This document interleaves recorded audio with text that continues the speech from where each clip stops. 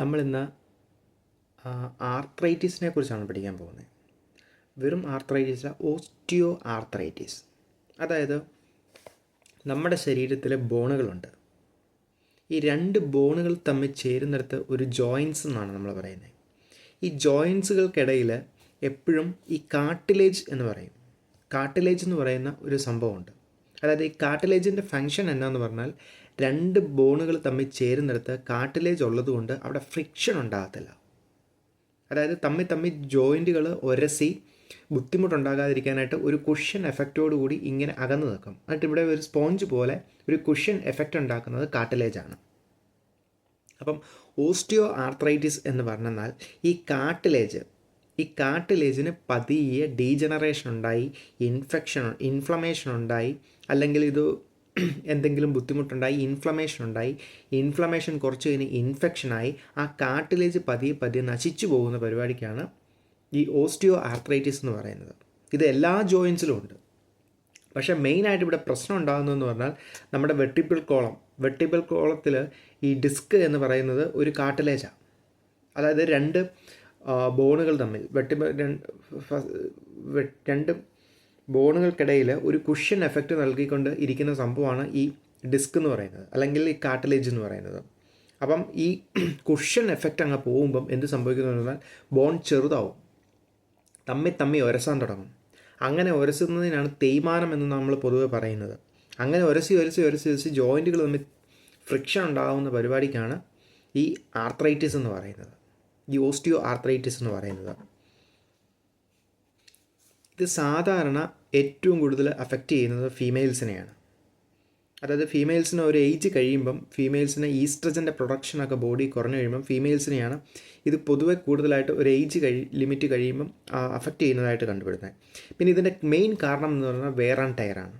അതായത് നമ്മൾ unusual activity, അല്ലെങ്കിൽ ഒരേ രീതിയിലുള്ള ആക്ടിവിറ്റി ഒരുപാട് ചെയ്ത് നമ്മൾ അതിൻ്റെ പ്രിക്കോഷൻസുകൾ, അതായത് ആ ആക്ടിവിറ്റി ചെയ്യുമ്പം ശ്രദ്ധിക്കേണ്ടിയിരുന്ന കാര്യങ്ങളൊന്നും നമ്മൾ ശ്രദ്ധിക്കാതെ ബോണിന് കൂടുതൽ ഫ്രിക്ഷൻ കൊടുത്തു, അല്ലെങ്കിൽ കാർട്ടിലേജിന് കൂടുതൽ ഫ്രിക്ഷൻ കൊടുത്തു, അല്ലെങ്കിൽ കാർട്ടിലേജിന് ചെറിയ ഡാമേജ് ഉണ്ടായപ്പോൾ മൈൻഡ് ചെയ്യാതെ ഇരുന്നു. അങ്ങനെയൊക്കെയാണ് നമ്മൾ ഈ സിറ്റുവേഷൻ സിവിയർ ആക്കുന്നത്. മനസ്സിലായോ? അപ്പം ഇതിൻ്റെ വെയർ ആൻഡ് ടയറിലൂടെയാണ് ഈ പ്രശ്നം കൂടുതലായിട്ടുണ്ടാകുന്നത്. പിന്നെ ഇതിൻ്റെ റിസ്ക് ഫാക്ടർ, എന്തൊക്കെ പ്രശ്നമുള്ളവർക്ക്, അല്ലെങ്കിൽ എന്തൊക്കെ കാരണം ഉള്ളവർക്ക് ഇതുണ്ടാകാനുള്ള സാധ്യത കൂടുതലുണ്ട്. അത് ഒന്ന് ഏജാണ്. പിന്നെ രണ്ട് ഒബേസിറ്റി, നല്ല ഭാരമുള്ള ആളാണെങ്കിൽ, നല്ല വണ്ണമുള്ള ആളാണെങ്കിൽ പുള്ളിയുടെ പ്രഷർ എന്നും കാർട്ടിലേജിന് കൂടുതലായിരിക്കും. അപ്പം അതിൻ്റെ ഭാഗമായിട്ട് അങ്ങനെ സംഭവിക്കാനായിട്ട് ഉണ്ടാകും. പിന്നെ പ്രീവിയസ് ഹിസ്റ്ററി ഓഫ് ഇഞ്ചുറി, അതായത് ഈ കാർട്ടിലേജിന് എന്തെങ്കിലും ഡാമേജ് ഉണ്ടാകുന്ന ഇഞ്ചുറിയോ അപകടമോ പ്രശ്നങ്ങളോ ഉണ്ടായി, അതിൻ്റെ ഭാഗമായിട്ട് കാർട്ടിലേജിന് ഡാമേജ് ഉണ്ടായി ഈ പ്രശ്നം ഉണ്ടാകാം.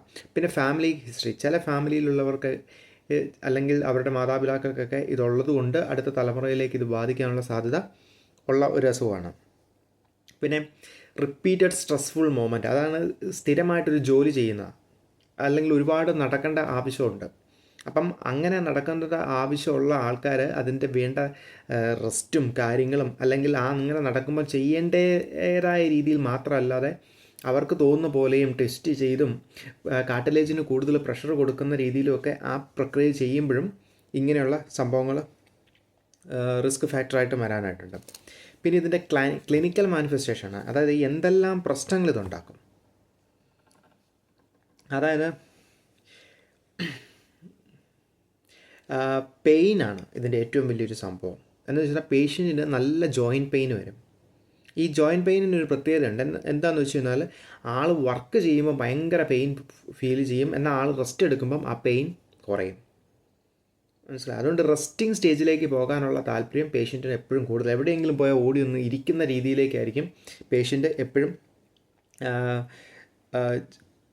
ചെയ്യുന്നത്. പിന്നെ ഇൻഫ്ലമേഷൻ്റെ എല്ലാ ലക്ഷണങ്ങളും കാണിക്കും. അതായത് ജോയിനിൽ എഡിമയുണ്ടാവും, സ്വെല്ലിംഗ് ഉണ്ടാവും, വാം ടു ടച്ച് ആയിരിക്കും, ടെൻഡർനെസ് ആയിരിക്കും, റെഡ്നെസ് ഉണ്ടാവും.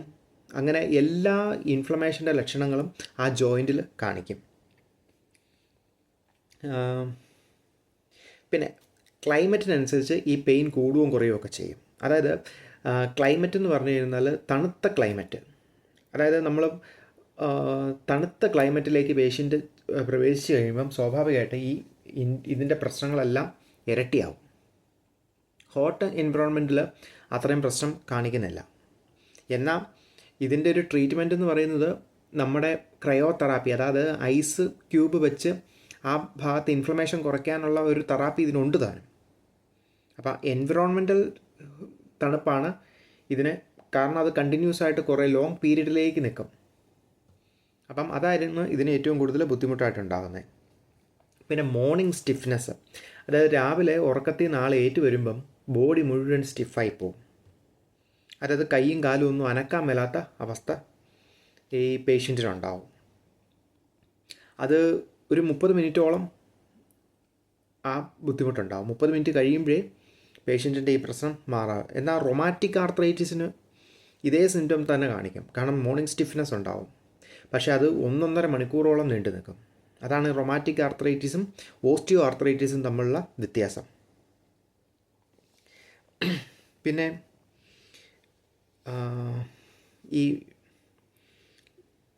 ഈ ഡിക്രീസ്ഡ് മൂവ്മെൻറ്റാണ്. കാരണം നമ്മൾ ആൾക്കാർ അധികം അങ്ങോട്ടും ഇങ്ങോട്ടും ചലിക്കുകയും പിടിക്കുകയൊന്നും ചെയ്യത്തില്ല.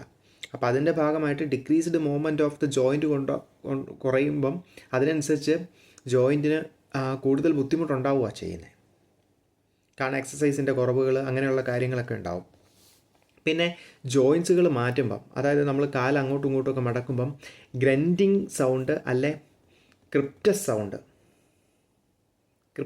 സൗണ്ട് അങ്ങനെ ഒരു സൗണ്ട് കേൾക്കും. അതായത് കൃ എന്നൊരു സൗണ്ട് ജോയിൻറ്റുകൾ മൂവ് ചെയ്യുമ്പോൾ ഉണ്ടാകുന്നതിനാണ് അങ്ങനെ പറയുന്നത്. പിന്നെ ജോയിൻറ്റ് ഡിഫോമിറ്റി, സിവിയർ സ്റ്റേജിൽ ഇതിനൊരു ജോയിൻറ്റ് ഡിഫോമിറ്റി ഉണ്ടാകും. അതായത് നമ്മുടെ ഈ ജോയിൻസ് അല്ലേ, ചെറിയ ജോയിൻസ്, ഈ ജോയിൻസുകളിലെല്ലാം ഒരു നീര് പോലെ വരും. അങ്ങനെ ഈ ആദ്യത്തെ ജോയിൻസിനാണ്, വിരൽസിൻ്റെ ആദ്യത്തെ ജോയിൻസിനാണെങ്കിൽ അതിന് ഹെബർഡൻസ് നോഡ് എന്നാണ് പറയുന്നത്. ഹെബർഡൻസ് നോഡ്. അതായത് രണ്ടാമത്തെ ഈ സംഭവത്തിനാണെങ്കിൽ രണ്ടാമത്തെ വിരലിലെ രണ്ടാമത്തെ ജോയിൻസുകൾക്കാണ് ഉണ്ടാകുന്നത് എങ്കിൽ അതിന് ബൗച്ചേർഡ്സ് നോഡ് എന്നാണ് പറയുന്നത്. ബൗച്ചാർഡ്സ്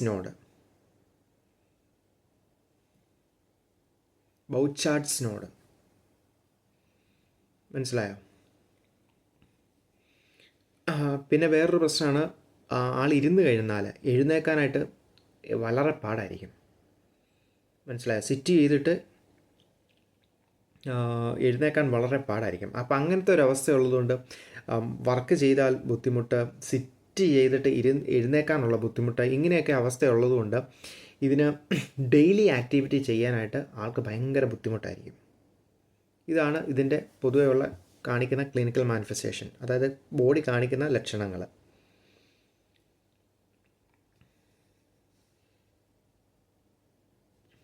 പിന്നെ ഡയഗ്നോസിസ്, എക്സ്റേ എടുത്താണ് ഇതിൻ്റെ ഡയഗ്നോസിസ് മനസ്സിലാക്കുന്നത്.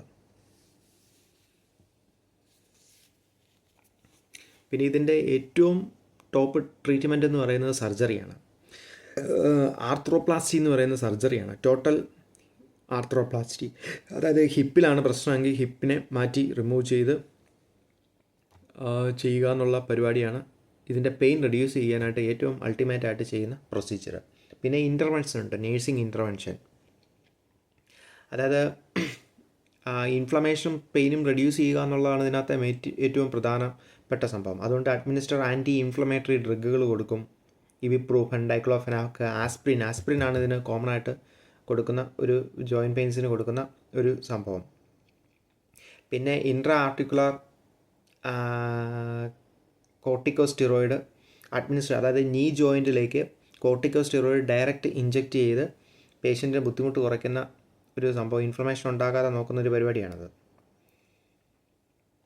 പിന്നെ topical non steroid anti inflammatory drugs, അതായത് നമ്മൾ മേത്ത് പുരട്ടാനായിട്ട്.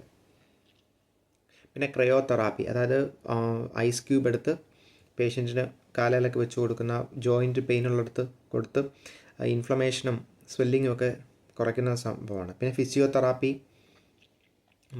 മസിൽ സ്ട്രെങ്ത് ഉണ്ടാക്കാനായിട്ട്, വീക്കാണ് ഇരിക്കുന്നതെങ്കിലും സ്ട്രെങ്ത് ഉണ്ടാക്കാനായിട്ട് ഫിസിയോതെറാപ്പി കൊടുക്കും. പിന്നെ വെയിറ്റ് റെഡ്യൂസിങ് എക്സസൈസ്, അതായത് വെയിറ്റ് അധികം പല ഭാഗങ്ങളിലും എത്താത്ത രീതിയിൽ കൊടുക്കുന്ന എക്സസൈസുകളുണ്ട്. പിന്നെ സ്വിമ്മിങ്ങും സൈക്ലിങ്ങും ആണ് ഇതിന് റെക്കമെൻഡ് ചെയ്യുന്ന എക്സസൈസ്. അതതിന് വലിയ റിസ്ക് ആവശ്യമില്ല. പിന്നെ ഈ അഫക്റ്റ് ചെയ്ത് ഏത് ജോയിൻസിനാണോ ഉണ്ടായതിന് ഫ്ലെക്സ് ചെയ്ത് ഒരുപാട് നേരം വെച്ചുകൊണ്ടിരിക്കാതിരിക്കാനായിട്ട് പേഷ്യൻറ്റിനോട് പ്രത്യേകം പറയേണ്ട ആവശ്യമുണ്ട്. കാരണം ഓൾറെഡി കാർട്ടിലേജ് ഒക്കെ വളരെ കുറവായതുകൊണ്ട് ഫ്ലെക്സ് ചെയ്ത് വെച്ച് കഴിഞ്ഞാൽ പെയിൻ കൂടാനായിട്ടുള്ള സാധ്യതയുണ്ട്. ഹെഡിൻ്റെ പുറകിലും ബാക്കിൻ്റെ പുറകിലുമൊക്കെ വലിയ പില്ലോ വെച്ചിട്ട് കിടക്കുന്ന സ്വഭാവം നല്ലതല്ല. കാരണം അങ്ങനെ ഉണ്ടെങ്കിൽ ആ ഭാഗത്ത് ബോഡിക്ക് അലൈൻമെൻറ്റിൽ വ്യത്യാസങ്ങളുണ്ടായി പേഷ്യൻറ്റിൻ്റെ പ്രശ്നങ്ങൾ ഉണ്ടാകാനായിട്ട് സാധ്യതയുണ്ട്.